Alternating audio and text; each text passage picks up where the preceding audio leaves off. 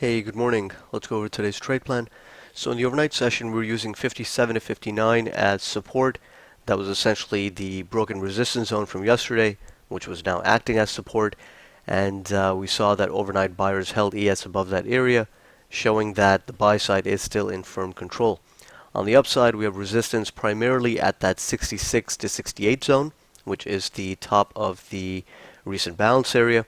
And the idea is that if we continue balancing above 57 to 59 and continue balancing in a range, it could lead to a breakout above 66 to 68, targeting a move to 73 to 75 half and 77 quarter to 79 quarter.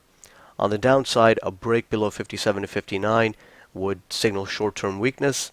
It doesn't mean that the market is entirely weak, but at least in the short term, we would know that we could get a pullback to at least 52 to 54 and potentially 48 to 50, and then buyers can still be active there.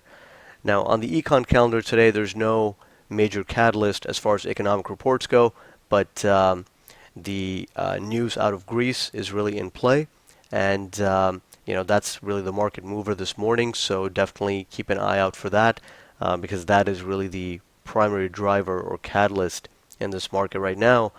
And I believe there's a Eurozone meeting at 11 a.m. Eastern time, and the result of that could definitely be a market mover. So just be aware of that. And given that idea, we may not really get a sustained breakout until that meeting is over. So again, something just to be cautious of and being aware of. But from a price action perspective, if we continue holding above 57 to 59, like I said, it would open the door for a upside breakout. And if we fail to take out 66 to 68, and if we continue balancing and then we break lower from 57 to 59, if we spent a lot of time in this range, if we've continued for several more hours here, or even 1 or 2 more hours here, the break below 57 may have to go all the way down to 48 to 50 before responsive buyers step in.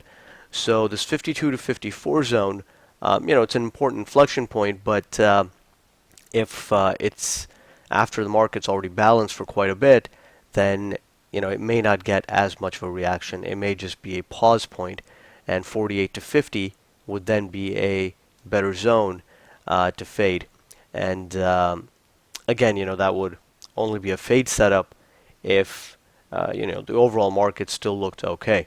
If it's a news-driven move and there's big liquidation happening across the other markets as well, and we're going down on really weak internals like an AD line below minus 1,000, minus 1,200, then you probably want to skip that anyway. But if contextually the idea makes sense, then 48 to 50 is a good zone to fade. Below that, 43 half to 45 half is the bull bear zone.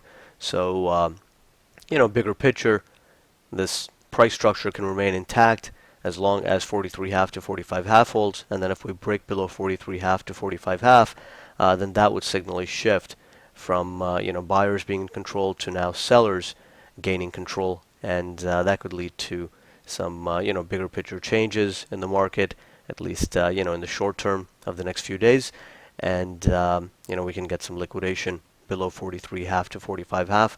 Again, we are going to look at how weak the other markets are, how weak the internals are, how the momentum situation is, in order to see if the idea is supported in real time on the day time frame today. But the 43 half to 45 half is really going to be a key zone from here on out, and 48 to 50 is a key support idea in the event that we get a break below 57 to 59. Buyers can be active here and push ES back up towards 57 to 59, potentially higher. And on the upside, 66 to 68 is really the key resistance. We have some minor resistance here along the way, but it's not really a major inflection point. The main resistance is really 66 to 68.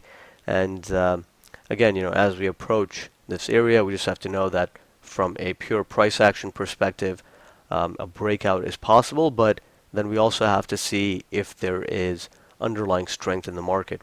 So, is this a broad market breakout? Is the broader market participating in this upside move? And if it's not, then it's unlikely to be a sustained balanced breakout. Then, it would be something to be careful of and cautious of. And on the upside, 73 to 75 half is easily doable in the event that we do get a sustained breakout, and even 77 quarter, 79 quarter is very possible on the day time frame then, and then sellers can be active at 77 quarter, 79 quarter, and we can balance out a bit before heading even higher. So those are the main ideas heading into the day. Keep an eye on 57 to 59 off the open to establish short-term bias. If we're holding above it, we know that the buyers are holding it together pretty well here, and if we break, then it could be a little bit of an extension lower. Doesn't mean it's a complete shift. Buyers can still step in. On the upside, 66 to 68 key resistance, and we'll just have to see whether there are signs in real time supporting the breakout idea. Are we running on decent volume? Are the internals relatively strong? And if they're not, then it definitely calls for caution.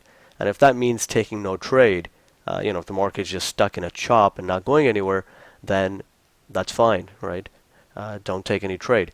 Wait for a proper setup with good reward to risk.